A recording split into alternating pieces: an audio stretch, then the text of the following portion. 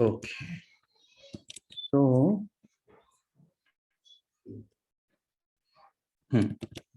so let me share my desktop. Okay, can you see my desktop? Yes. Okay, nice. Now,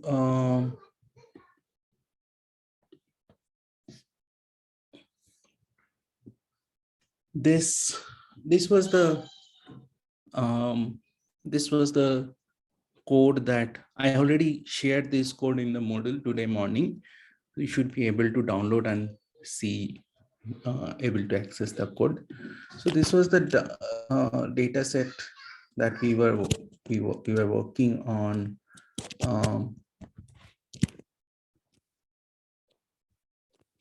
Working on last week. So the MTCars data set, and this was and we were working with the miles per gallon.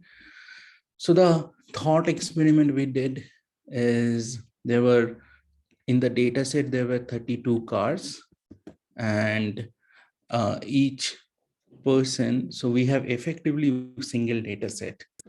And the thought experiment that we did that, okay, somebody goes and collect a student go and collect the randomly selected 32 cars and what is their miles per gallon. And then we have infinite resource. Another student go into the field and collect the samples, simple random sample with replacement design. So another 32 cars and their miles per gallon. So in this way, as a 50 in the class, we are about 50 students we are there. So 50 students, each of you goes into the field, randomly select 32 cars and report what is the miles per gallon. And then for each sample, in reality, we will have a single sample like this, right? But since we are doing a thought experiment, we can do whatever we want, right? I mean, we can repeat the experiment. Now, here we have what we can do. Once we have these numbers, we can compute the means, sample mean. Now, these are the sample mean, suppose. And then what we are planning, we were doing the histogram of the sample mean.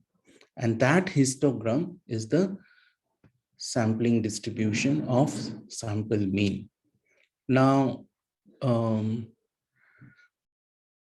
idea is basically, if a couple of things I want to tell you. One is when I'm saying that students are doing a simple random sample with replacement. This sampling scheme, so SRS WR, okay, so simple random sample with replacement. When I'm saying this, there are a lot of different kind of um, sampling schemes are there, but SRSWR, simple random sample with replacement, is one such scheme of drawing random sample from a population. Can anybody tell me why I preferred that sample scheme?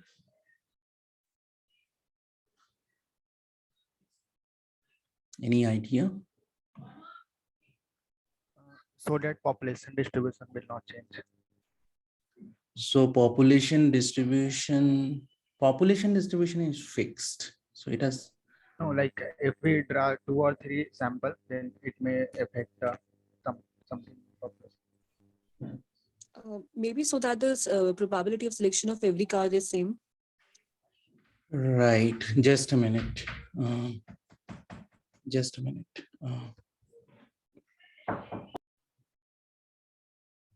Okay. So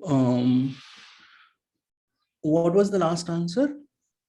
I said so that the probability of selection of each car remains same. Right. So what does it mean? It means basically the distribution will be identical, right? I mean, Yes. so let me share my desktop. So basically, um, if this is, say, I say the first sample, this is X1, and this is my second sample, X2, then what will happen? Actually two things we are achieving with simple random sample with replacement. First of all, X1 and X2, they are coming, their distribution, if I'm assuming these two values or random variables, because I'm randomly choosing these samples, their value will be a random variable, random value. So the distribution of these values will be, or probability distribution will be identical. So we are achieving, first of all, identical, they're coming from the identical distribution, and second, they are going to be independent. So when we say, many times you will see that, X1, X2, dot Xn, they follow, say, IID normal distribution, say M and S, or sometimes we say, okay, X1, X2, Xn follow norm IID binomial distribution with some N, say M and P, something like that. When we are saying these kind of things, that essentially means we, by sort of simple random sample with replacement was used, or some kind of this some kind of sampling scheme was used that ensured that these, each of the samples have the coming from an identical distribution, same population distribution. If I choose a sample and don't, after choosing the sample, the population construct is still remains same. Population construct is not getting affected because of my taking one sample out of it. Okay, so that is what the idea is here. So this is one small thing that I thought I will tell you. Second thing is, let us focus on this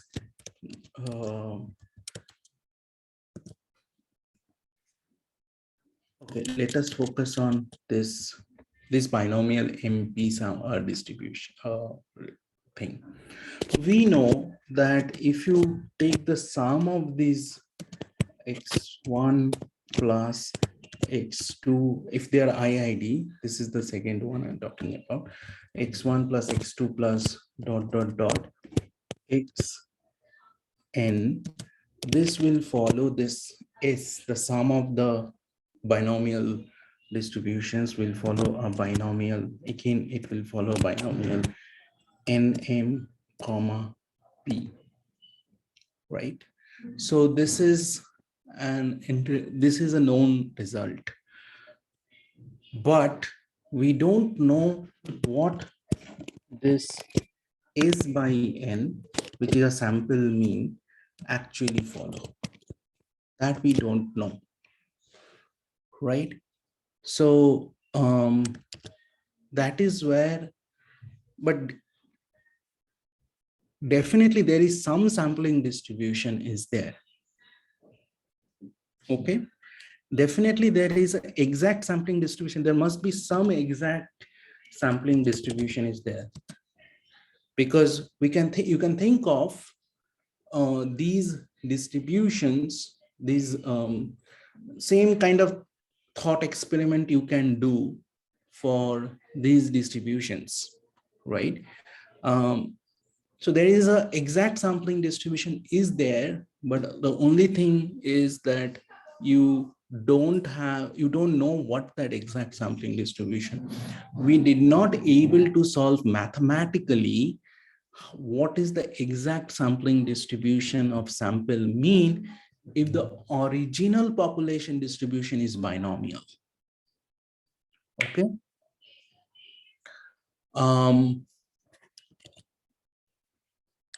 And then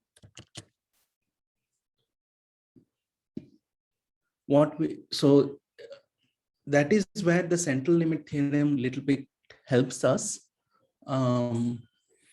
That central limit theorem tells us that, okay, if you have large enough samples, and then essentially you can use, you can approximate the sampling, exact sampling distribution by a normal distribution. Okay.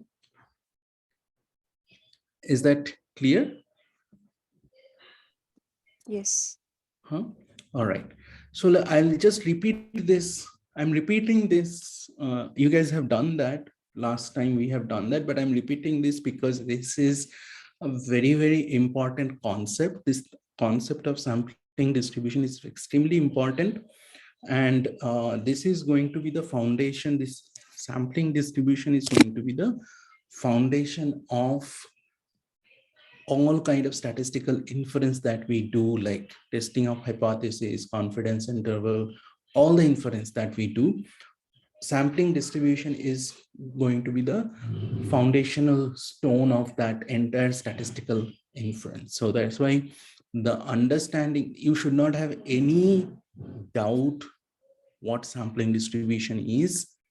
Conceptually, you should be able to solve most of the problems given the related to sampling distribution. So that's why I'm just kind of repeating it this time as well, because this is going to be the foundation of your entire, all the things that you are going to do in data science, in machine learning and everything, essentially. All right. Then what we did a simulation experiment. We decided, okay, let's assume that these miles per gallon follow a gamma distribution with A and S, and we then we took a mean was kind of 20, and we took variance of X as 36. This is like, we pretend this is true. We pretended this is as a true value. Of course, in reality, we will not know. And then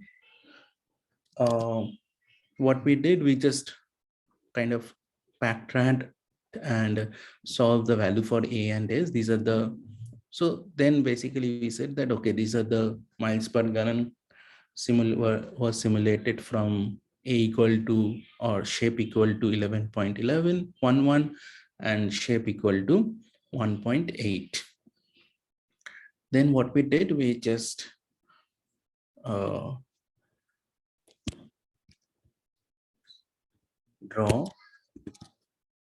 a histogram like this. So this gives us that how the population density behaves effectively. Okay. But then we did the actual, so this just give us a sense of how population density behaves. But now what we are going to do, we are going to see, we are do the simulation thing, that every time every student will draw 30 samples, and they're going to calculate sample mean and sample variance, and they are going to repeat, we're going to repeat it 50,000 times. And this is the sample mean. So remember, look into the histogram. The original population value, the sample values are varying between 10 and 40. Most of the values are going to vary between 10 and 40 or maybe 50. Okay. But the mean is, we know that somewhere in the 20, near about 20. Then if we take a sample of size 20, most of the sample mean, all the 50,000 samples that have of size 30, we have computed, those means were actually gathering near 20, somewhere between 15 and 25. And similarly, sample variance, we know that original sample variance is 36 and sample variance is actually is little bit more flatter, 20 to 80. Then what I have done here, I have created a sort of a data frame. So this is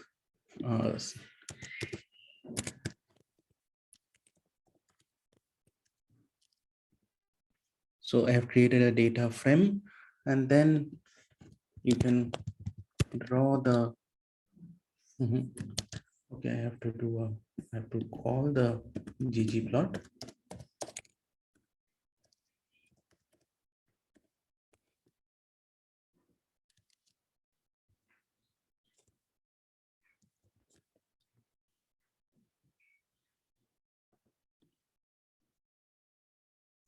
Sorry. Yeah. So this is how the whole thing is spanning out. So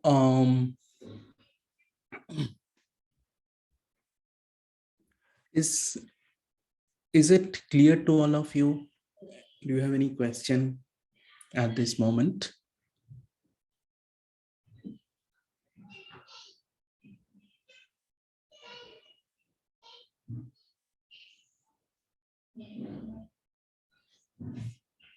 Let me just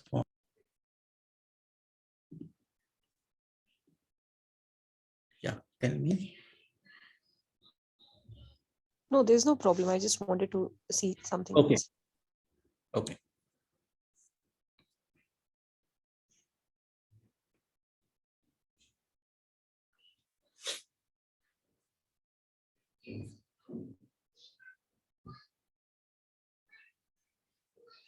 Yes, I'm done. All right. So can anybody tell me that x1, x2, xn, if this follow gamma distribution with a comma s, then what will be the exact, then x bar, maybe x bar, which is a sample mean,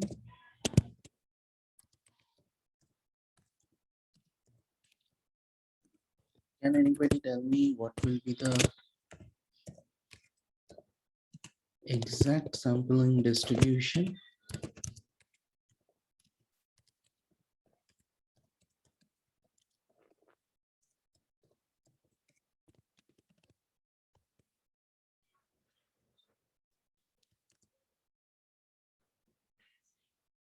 Any of you tried to solve this problem ever before? Gamma an comma as an comma ns. Yeah.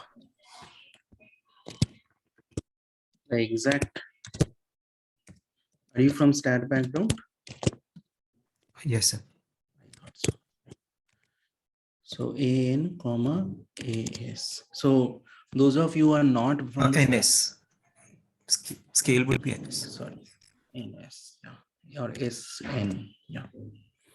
So those of you who are not from stat background, so don't worry about it, because you know, are you guys solving it not very difficult, but I just want to know, does Shiva introduce the concept of moment generating function? No. Not yet. Not yet. So he will introduce the moment generating function.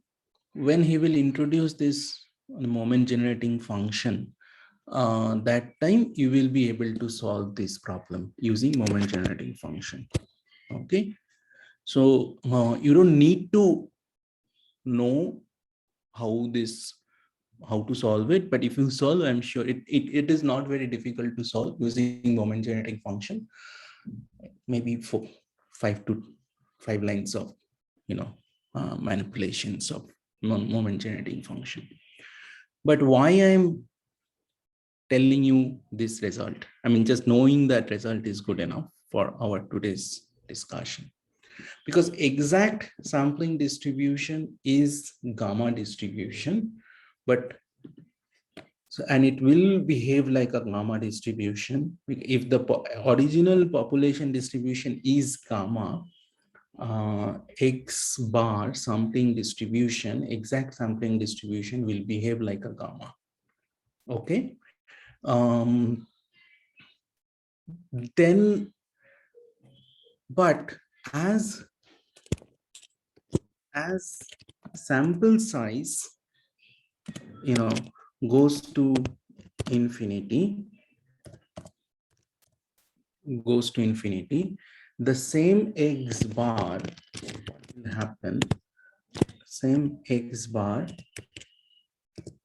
will start behave like a normal with mean equal to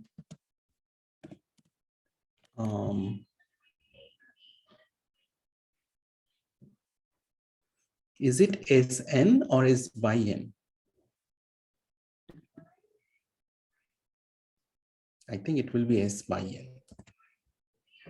So what will happen is it will be like an time S by n. So the n cancels, so it will be As, and variance will be an times S square is by n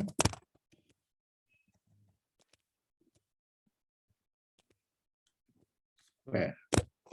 So what happens is basically variance turns out to be A S square by n. So you can see that, mean, it's like essentially normal mu, mean is still population mu, As, and variance is supposed to be S, where the true population variance is square by n, or sigma square by n. So this is what is happening. The population variance is As square for gamma distribution.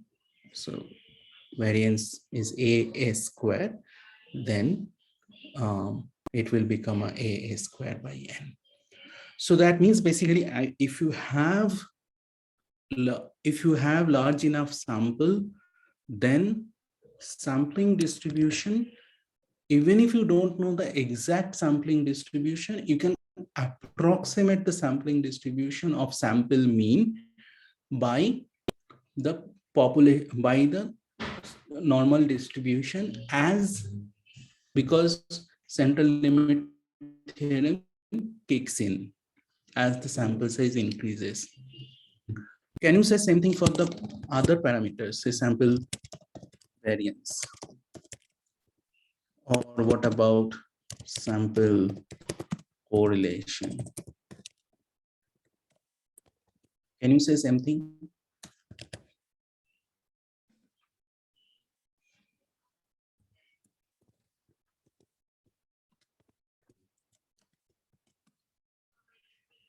Can you approximate the sampling distribution, the sample variance or sample correlation by normal, by Gaussian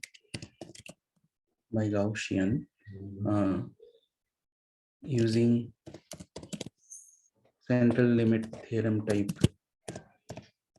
Yeah. Do you understand the? Do you understand my question?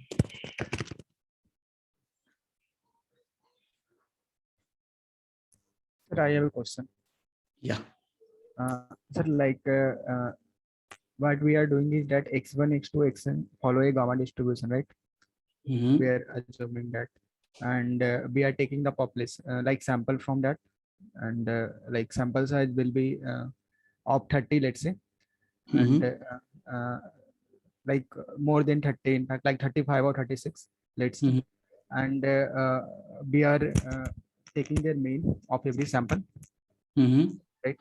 The sample, the mean that is coming, the distribution that the mean is following, it will be a still gamma, right? Exact distribution still be gamma. Okay. Okay. Okay. Exact sampling distribution still be gamma. But what we are saying that as sample Yeah, size increases, we to can infinity. approximate. Yeah, I mean, as sample infinity, effectively in practice, as sample size increases, we can approximate that exact sampling distribution by a Gaussian, which is a gamma. We can approximate that gamma by a normal distribution. Make Okay, sense? so yeah, sample size means the number of sample that we are drawing, or the number of That you are drawing. experiment that. No. So if you go to the thought experiment, so this is my sample size. Everybody is drawing 32 samples. Everybody is drawing 30 samples. Everybody, all these. So this number of students is my simulation size. Okay. Okay. So instead of 50 in my thought experiment, I can take 50,000 students. No problem, no? Yes, sir. But all of those 50,000 students, everybody is going to take 30 samples. All of them are going to agree that yes, I'm going to draw a simple random sample with 30 samples, not more than 30, exactly 30 sample following a simple random sample with replacement scheme. Sir, like if we take like 50,000 sample from that population, then Hmm. that sample is obviously that like it will always follow the gamma, because it will like Yes. it, This it is coming from in a one sense it become population, right? The sample become population. yes, sample is coming from gamma distribution. There is no problem. But once it comes, then we are computing the sample mean. We are interested in the mean of the distribution. Okay. Yeah. Okay. Any question? Any doubts?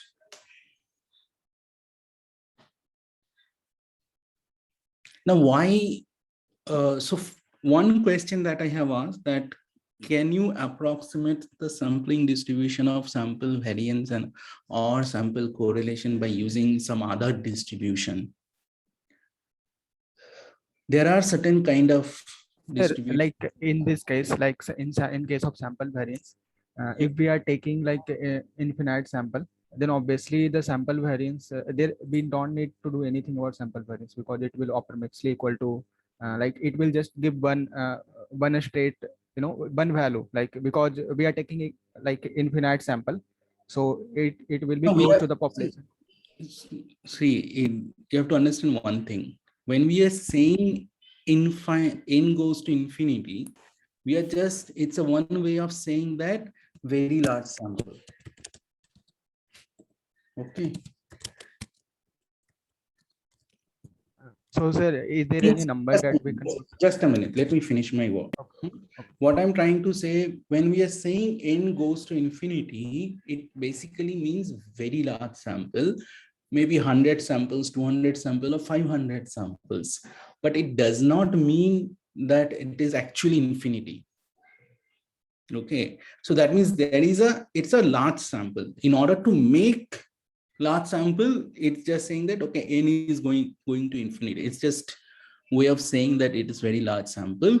Then you can approximate that exact gamma distribution by that normal distribution. And many cases we will, here for gamma distribution, we know the exact relationship.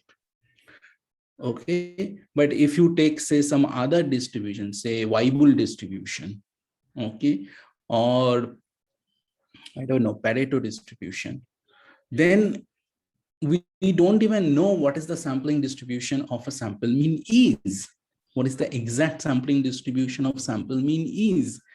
At that time, central limit theorem is saying that, okay, as long as the mean and variance is finite, the variance is finite, mean is, if variance is finite, mean will be finite, then, and if you can ensure that you have large enough sample, then your sample mean will behave like a normal distribution.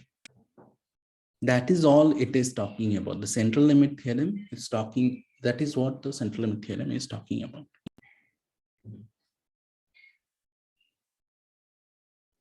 Okay. Is there any specific number so that we can say it's large? Like, for sample mean, rule of thumb is sort of a 30 or 30 more than 30. Typically, that's what they talk about. yeah. So if we have more than 30 sample, then we can say that it will follow the normal distribution, right? Depends. We have to check it out. But like, we have to do some simulation study, and actually, so in the book, I have seen that, people have, I'll not even say book, at least in the conversation, people say that, okay, 30 is good enough, but you may do a simulation study. So what you can do, you can write a function and then vary the, But in this case itself, I say you have already taken n is equal to 30. correct. It is pretty much behaving at the like normal. So we can say that, like, 30 is. Yeah, you can say pretty much that, because another thing is, if you do as I said, that if you do a, say, quantile plot, right, that is also important. So if you, like, if I run this once more, and then if you look into this, so this is my sampling distribution, and then if you do a QQ plot of the sample means,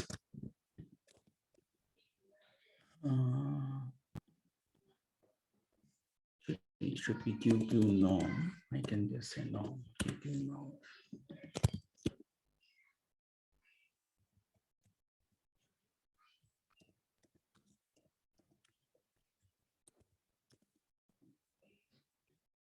And then QQ line.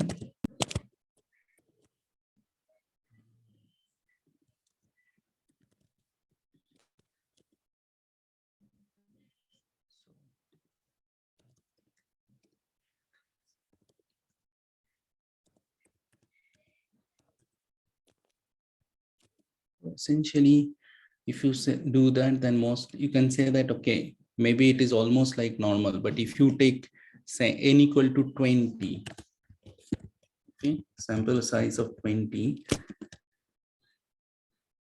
and now if you run the histogram, so it still behaves like a bell-shaped, but if you look into the QQ line, so generally you can see that it is, the tail behavior is slightly off. Then even if you have, say, 10, sample of size 10,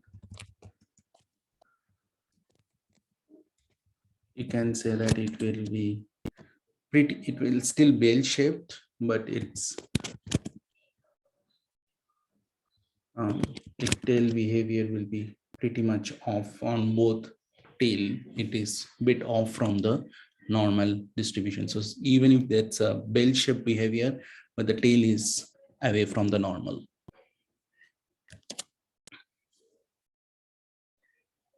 Okay. Yes. All right. Any other question? Now, if you look into the histogram, you can see that histogram of the sample variance, it's far away. Okay. So, in fact, even if you say,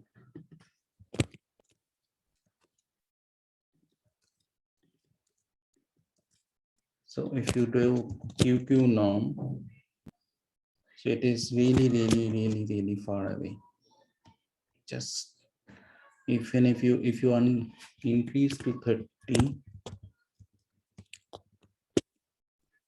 so we do know that for 30 the sample mean behaves pretty well.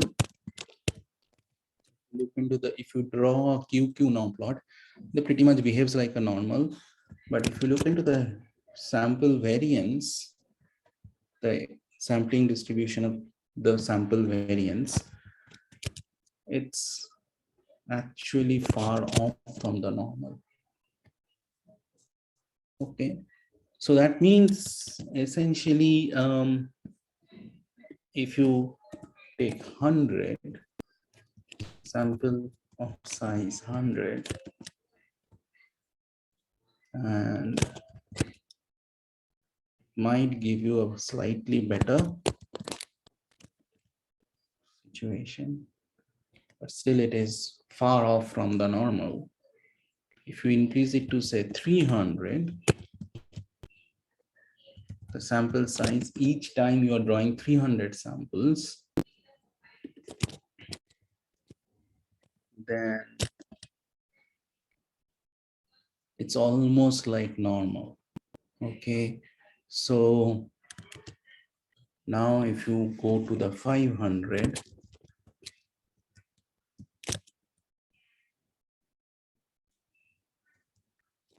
now sample variance, still with 500, it's, if you go to the, look at the histogram, they are almost like a nice bell-shaped behavior, but still the, you know, tails are pretty flat. Now you go to 1,000 samples. Let's see, each time you're drawing 1,000 samples.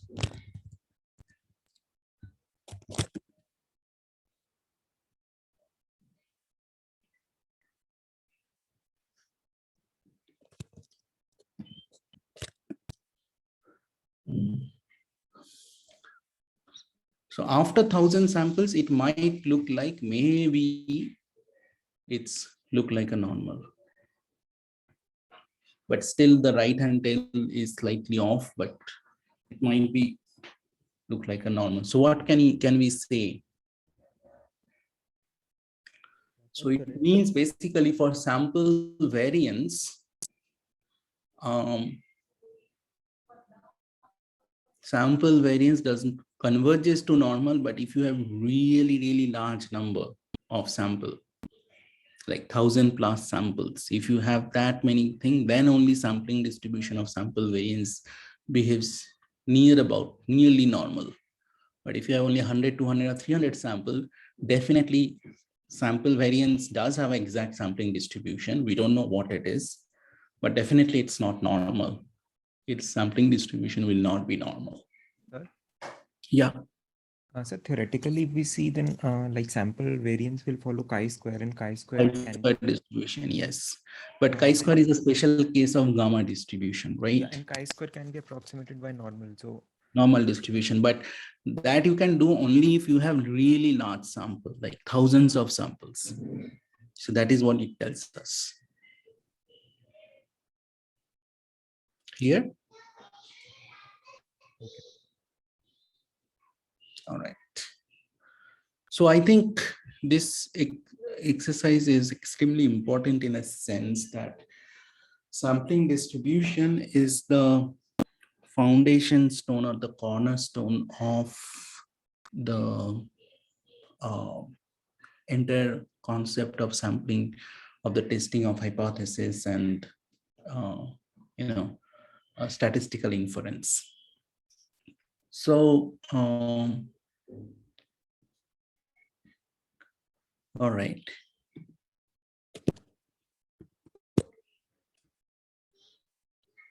So I will upload this data set on, sorry, this R code. As such, I don't have any plan for today, any other things to do. So, yeah, so let me repeat. So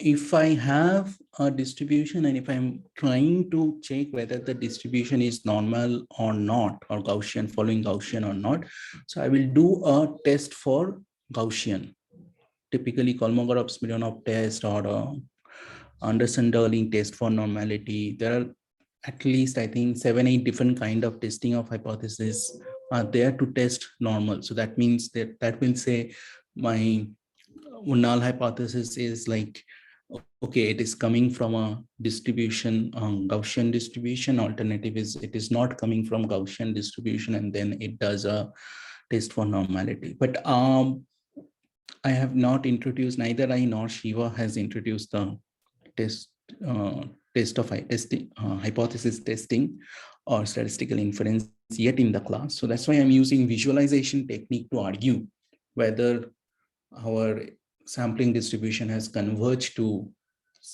Gaussian distribution or not, using QQ norm and QQ line. Okay, that was good question. Any other question? So once we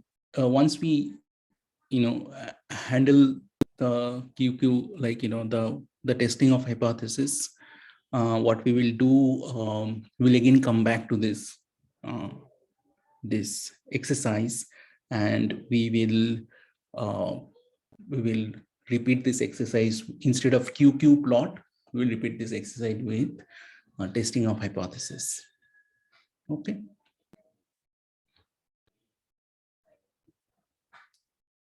Any other question? All right, guys, wish you a happy Diwali, and there will be no class on Thursday, of course, it's a holiday. And so see you guys on Monday. Did we have class on last Thursday? What?